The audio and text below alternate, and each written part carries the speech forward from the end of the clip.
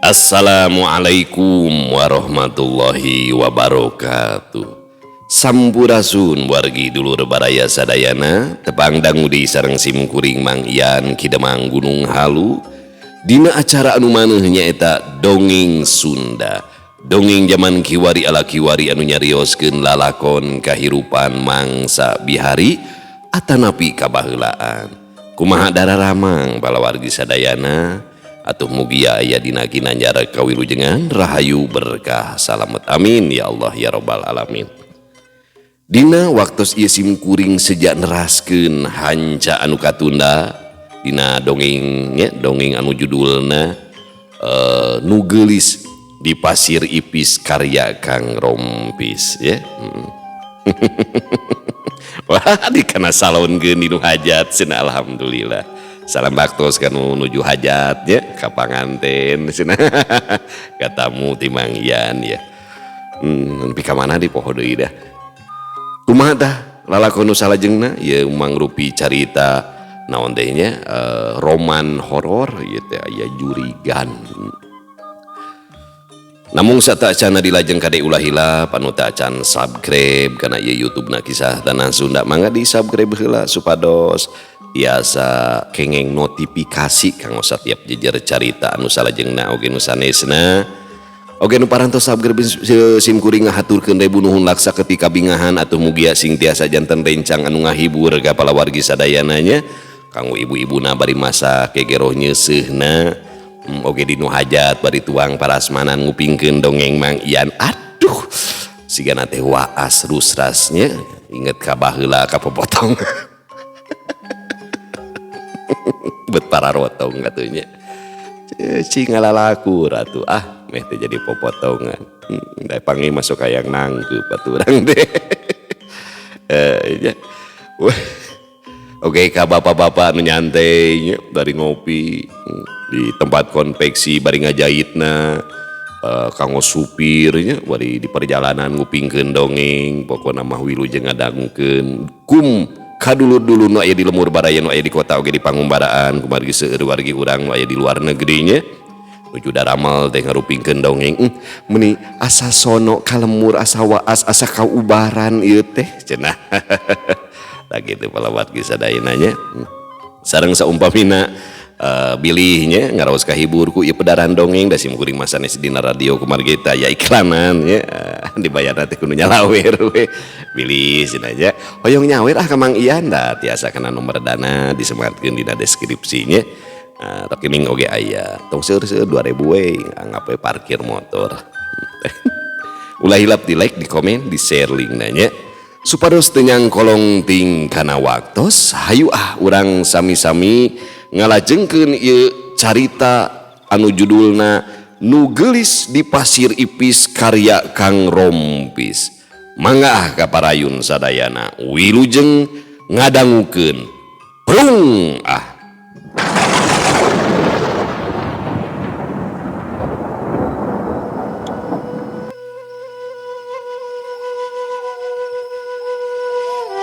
Ruas aya guludung. Aduh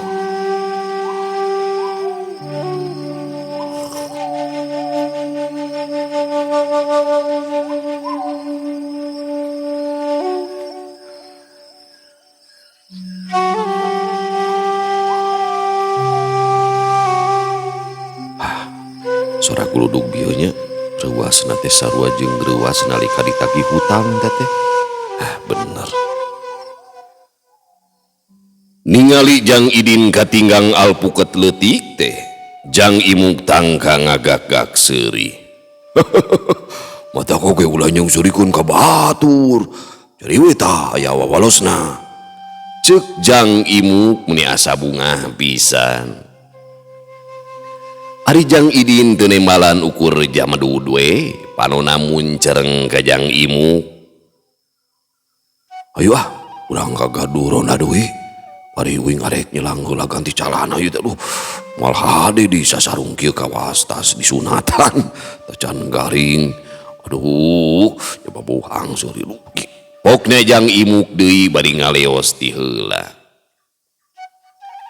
Halus ya di sasarung mah euy bakal ngabadagan gerak. Tak jangan ceng Maden ge disasarung badag sih eta bobogan ge. Lantaran diangon bari diangin-angin. Cek Jang Idin bari ngahehe seuri. Geus ece wae kawin teh. Pokna Jang Imuk leumpangna beuki ngagedi. Jang Idin teu sirikna ngiciprit lumpat ngudaga baturna nyaeta Jang Imuk. Sabenerna mah di luhur tangkal alpukeut teh aya makhluk anu pikasieun. Buukna ngering kiwi, panonna ngagebur hurung, diwuwuh ku huntuna anu sareukeut sarta sihungna anu ranggete. Panon eta makhluk teh gular giler kawas aya nu diteangan. Sakira wanci tengah peuting. Ka imah juragan Sobir teh aya nu datang. Hiji tangtungan putri geulis kawas ratu anu miboga pangawasa. Curik. Geus tangtu eta ratu geulis teh ukur katempo ku sabangsana. Tapi samangsa rek asup ka imah juragan Sobir kaburu dipegatan manten ku makhluk anu ngaring kiwi. Puguh we eta ratu geulis teh ngarasa kaget. Di demi tahun saha anjeun teh kumaha wani megatan ka Ratu Siluman. Nah anjeun teh apa lamun kula teh Ratu Seba anu ngaratuan di nagara Giri Batara.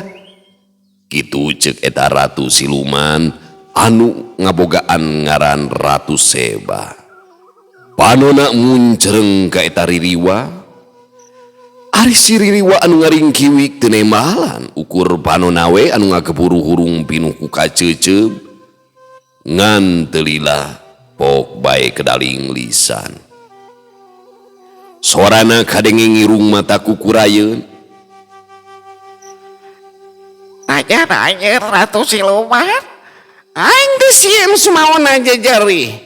Tapi ngaing aya urusan jeung anjeun. Ngaing aya urusan jeung babanang anjeun Ratu Siluman. Ceuk eta ririwa anu ngaranna Teti. Taya kasieun sok sanajan nying hareupan Ratu Siluman. Ratu Seba nepikeun kabuncelik atuh asa diungha ku pantar makhluk dedemit atawa ririwa mun ieu mah nya jurig jarian. Dasar ririwa teh kepatutna. Kumaha wani sia cucungah ka aing ha? Sing saha anu kumaha wani ganggu ka babanang aing. Sarua jeung nangtang perang ka nagara aing. Kitu pokna Ratu Seba napsuna ngagidir ka eta ririwa. Ngan sakilat Ratu Seba ngibaskeun leungeunna. Barasa aya cahaya beureum ngablesat nojo ka eta makhluk. Tina awak eta ririwa kaluar cahaya koneng. Eta cahaya teh gumulung ngabulen awakna. Blesat, hus.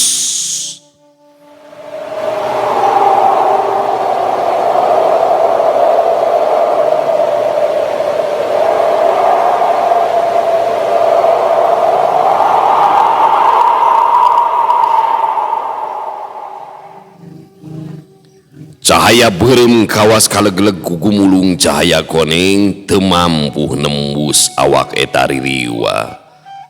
Puguh we Ratu Seba teh nepikeun ka ngaran juga tuh. Teu boga panyangka eta makhluk ririwa teh miboga kakuatan linuhu. Ayeuna anjeun bisa ngungkulan pangawasa aing.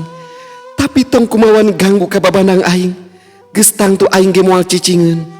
Kitu ceuk Ratu Seba mere iber ti anggalna. Les jirim Ratu Seba ngaleungit ti dinya. Sorot panon eta ririwa teh beuki ngakebur kawas muka ceuceub anu kacida poharana. Beungeutna beuki pikagilaeun kawas amek kapegung.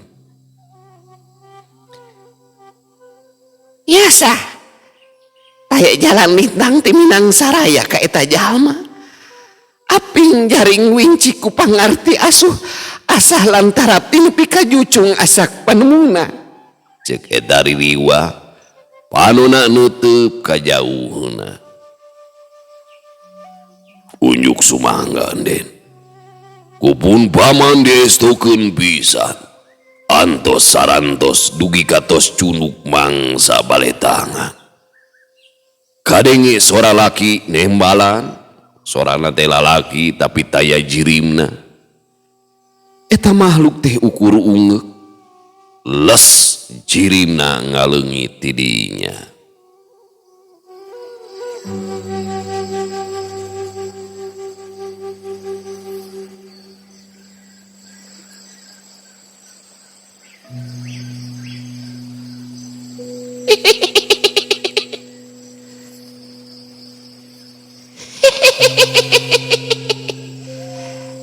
Pak Iwan.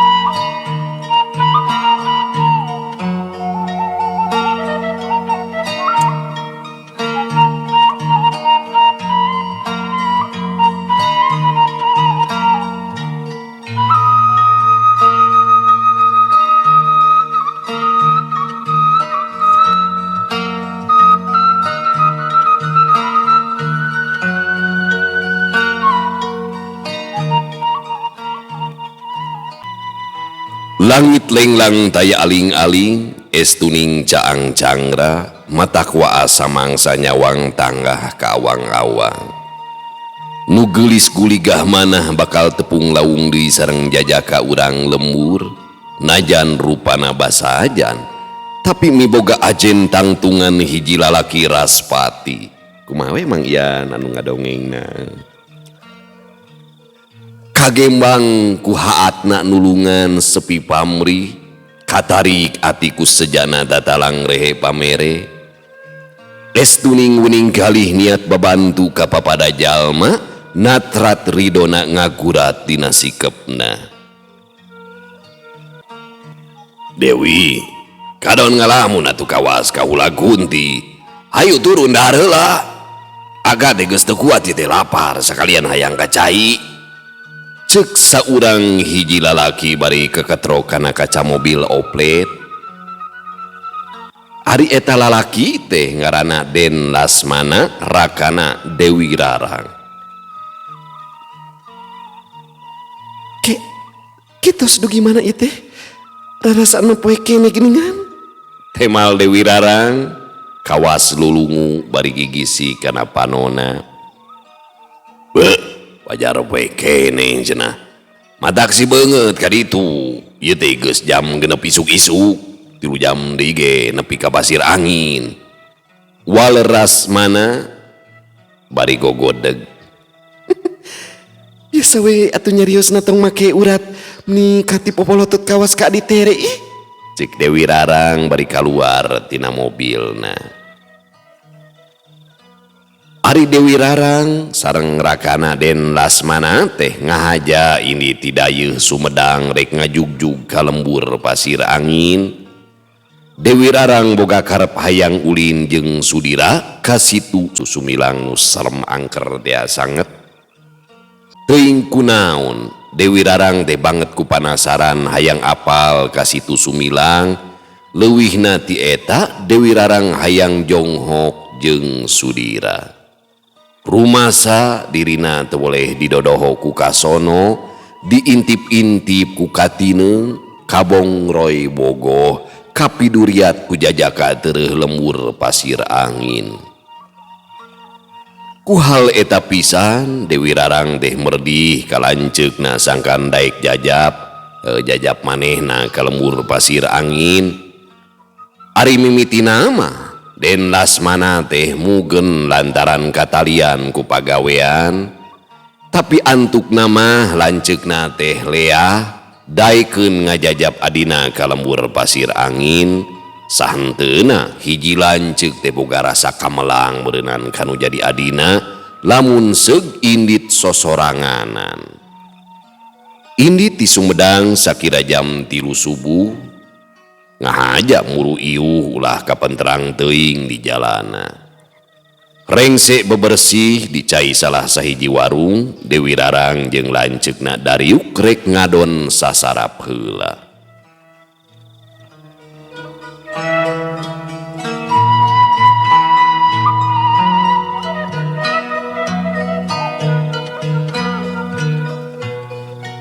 Duh, aliran deh.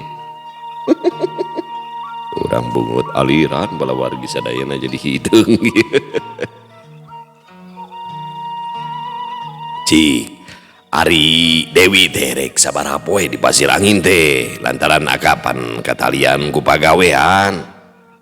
Moal bisa rascik samangsa ki adi hayang balik. Kitu ceuk Den Lasmana tumanya ka adina. Duka tuh Aka, namung antara dua atana pitilu dintenan mah eta ge bari ngantosan Aka pretina pada melan. Walon Dewi Rarang maheutkeun. Aya motor ngaliwat. Ganeng deui nya pan ieu teh keur ngadongeng.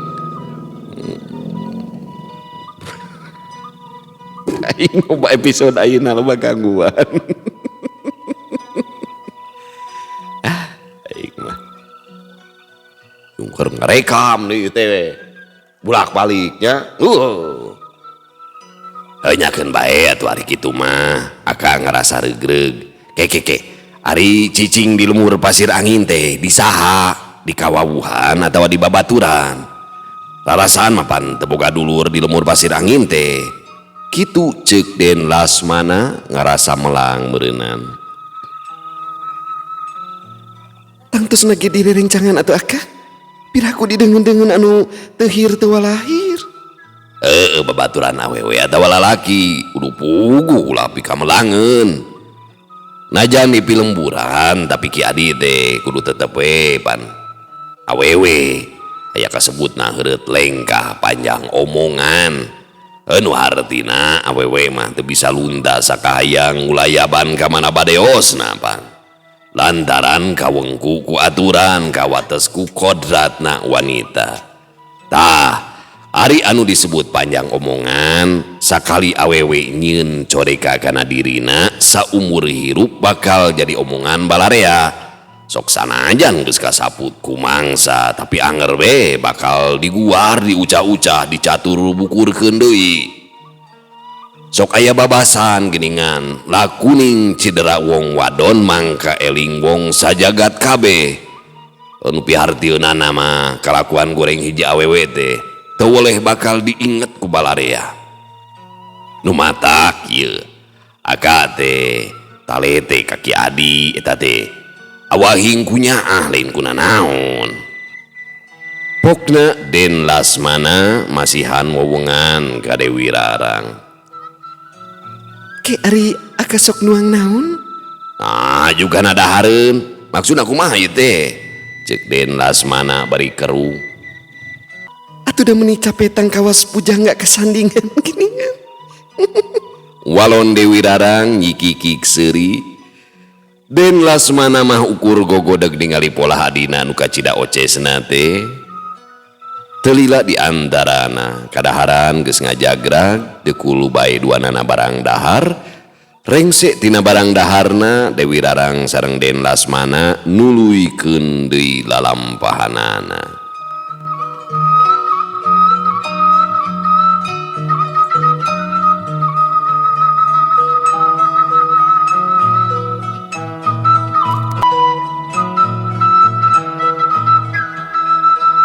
kocapkeun kayaan Sudira isu keneh geus sagedang dan sakumaha anu geus dipasinikeun dina poe kamari lamun poe ayeuna teh rek marengan neng ina balanja kadayu.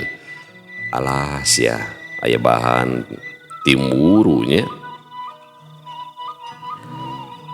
aing masuk teh ka harti ku pikir kunaon samangsa panggih jeung ning ina teh meuni loba pisan pancarakeun ning ina meuni asa mineng ti kojo teh mah ditajong niku kabeneran ti gubdagna teh ka aing moal kitu katulah sumpah ka pahung cacarekan nu antukna mah ning ina jadi ratu ti kojot mah sugan kitu aya wae ari bakat ku mineng mada ning ina ti kojot aing geus tang tu bakal milu ti ku dawet atuh kaditu namun bakal ti jongjolong ti keburus kana jurang kahayang teh aing pikiran teh ka mana itu astagfirullah ka mana we mikir darah ya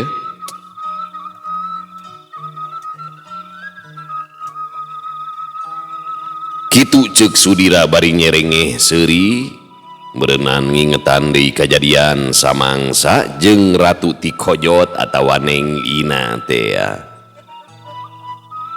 Sudira kaluar ti kamarna sanggeus amitan ka kolotna kenceling bae Sudira indit ngajugjug ka imah juragan Sobir. Samangsa anjog ka imah juragan Sobir neng ina teh kasampah keur diuk we ditepas bari ngais murang kalihna katingali oge Sado geus ngadagog di hareupeun imah. Waktu ningali rentang-rentang Sudira datang teh neng ina ka cidabungahna manawi teh moal cios ngarencangan balanja margi asa latongkapna ieu teh saur neng ina bari gumujeng dang dosanana katawis kewes atuh payus kana rupina anu geulis cambernik nanding widadari. Piraku naman teh dongkap atun den kapantos paheut ti dinten kamari dupi kusirna sahanya rumaos engkang mah teu tiasa ngusiran Sado temal Sudira bari seuri meureun ari panon Sudira rutra teh ari panon Sudira rurat reret kapalebah sampean neng ina bisi bae ti kojot deui model kamari lantaran bakal jadi wiwirang gede sabab keur aya di luareun imah. Kusina mah Mang Dadang ieu teh namung teu sawios nyanak murang kali diweatkeun ka bioja alimun pan ngadat wae si Irman teh. Saur neng ina socana neuteup ka Sudira. Sawios den, keun aya pun Kang si Cep Irman mah. Ayo atuh bilih menterang manten. Ceuk Sudira ngajakan indit ka neng ina. Abahaya kita panggil jeung Neng Dewi Rarang pajarkeun geus boga pamajikan boga budaknya. Abong sinetron. Kita tina cinta jadi ngewa ya. Tina deudeuh jadi geuleuh pan gitu.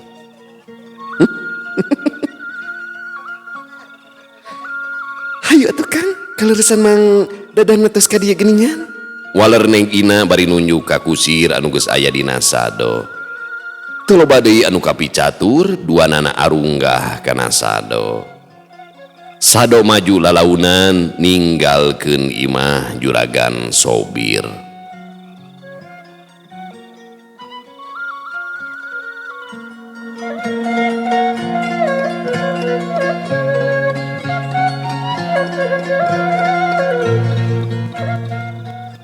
Ari ti lemur pasir angin kadayeuh aya kana 2 jamna tapi lamun kana omprengan atawa kana oplet paling copel kurang ti sajam. Lumpatna kuda teh teu pati tarik sabab jalan anu kasorang teh jalan onderlah anu rentul ku batu. Samangsa anjog ka lemur cungkring sarerea tarurun heula ngadon reureuh sakedeung bari jarajan. Gancangna carita Sado teh geus anjog kadayeuh Patali marga teh kacidaramena kangaranan di daya geus pasti jadi jugjugan balarea utama namah pikeun urang lembur anu boga niat hayang ngadu nasib di daya. Mobil balawiri minuhan jalan raya pon gitu di motor sapedah mesin beca jeung delman pagaliwota teu sirikna heurin usik. Sapedah mesin teh sapedah ontel baheula mah palawarginya. Nu dagang rapang di sisi jalan bari nawarkeun daganganana, toko-toko rarentul ngajalajar mika sieup sisi jalan raya daya. Jalma-jalma pating alabring tisuklak tisiklukna mata klieur ningalina. Kacaritakeun deui Sudira satu tas tarurun tina sado teh Sudira ngiclik nuturkeun Neng Ina bari mangku Cep Irman. Najan kakarek harita dipangku ku Sudira edas budak teh kawas nu langsung apet teu kawas ka matere nya depan nganggapna teh inung terewe budak teh ukur ngahenen bari leungeunna muntang kana tak-tak Sudira pikeun jalma anu teu apal mah geus tangtu boga sangkaan lamun Sudira jeung Neng Ina teh salaki jeung pamajikan. Lamun nilik kana umur Sudira jeung Neng Ina ge teu pageseh jauh deui. Sudira karek 22 taun ari Neng Ina kakarek 18 taun. Teu lila di antarana Sudira jeung Neng Ina teh asup ka pasar. Di dinya kacidaramena kuno daragang bisa kasebut pasar induk. Mang rupa-rupa kadaharan ngadaragog di unggal jongko kitu deui nu ngadon balanja. Teu sirikna pagiling gisik hese usik. Ari Neng Ina teras bae lebet ka jongko lauk asin, rupa-rupa lauk asin ngabarak matak leuneng milihna pikeun ke kanu awama. Basa Neng Ina kadinya teh tukang lauk asin gasik tumanya galeh gehna keranan, kawan tu geus loma sarta Neng Ina teh langganan manehna.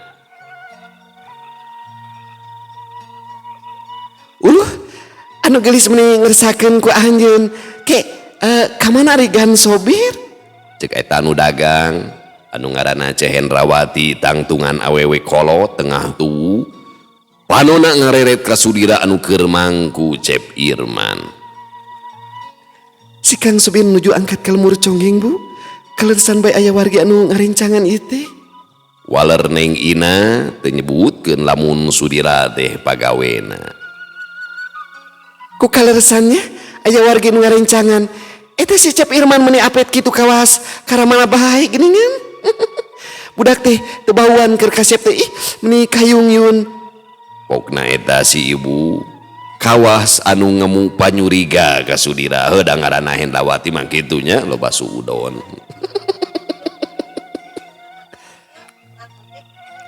Ke ari asin jidut anu araragang sabaraha Bu? Saur Neng Ina ngahajanya lenggurkeun caritaan eta awewe anu ngaranna Bu Hendrawati teh ya. Pangaos nama anger bae sakitu enden namung ngandung sakedik deui ieu teh. Paling ge aya 50 kilo restana teh. Habili bari nyobian mah. Tah aya asin bakrik digoreng garing teh ka Cidaraosna geura. Walon Bu Hendrawati bari nyokot sarawu song dipasihkeun ka Neng Ina. Ari asin bakrik teh lauk asin sepat tapi laleutik meh sagede-gede jempol kolot biasa nama sok digoreng garing ngarah teu pati rarungseb beureunan pan sok ieu nya anu laleutik mah sok rungseb mun garing teh mah bisa diteureuy buleud jeung cucukna. Neng Ina teras bae tumaros ka Sudira. Saumpamina nyobian asin bakrik kinteuna bakal ka ical moal kan? Hanya cobian bae den namung pangaos lain pangaos deh namung pangraos engkang mah asin bakri kalanep oge ku urang lembur teh sok anteunana ralit kitu mah meser sakilo oge kalintang seueurna apanan. Walon Sudira ngomongna semunga harewos ka Neng Ina. Neng Ina ukur ungeuk we sanggeus adu tawar Neng Ina balanja asin bakri aya kana kintalna da teh dajang jualeun deui. Lintang ti balanja asin bakrik Neng Ina oge balanja lauk asin anu sejena. Heuleut sawatara waktu balanja lauk asin geus rengse, lauk asin diakutan ku kuli panggul kana sado. Cacap balanja lauk asin ning ina teu wara langsung mulang, anjeunna bade nyelang heula ka toko anggean sakantenan ngagaleuh barang anu sejena. Kocapkeun kaayaan Dewi Rarang jeung lanceukna nyaeta Den Lasmana.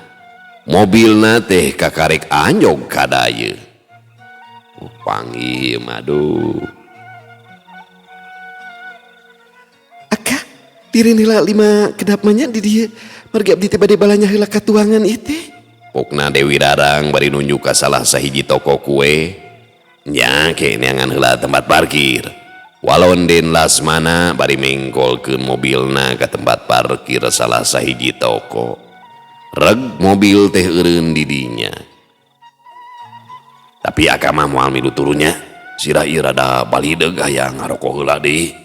Ceuk Den Lasmana bari nyarane kana jok mobil. Teu sawius da abdi ge moal lami ukur meser tuangan boroeun di bumi kan.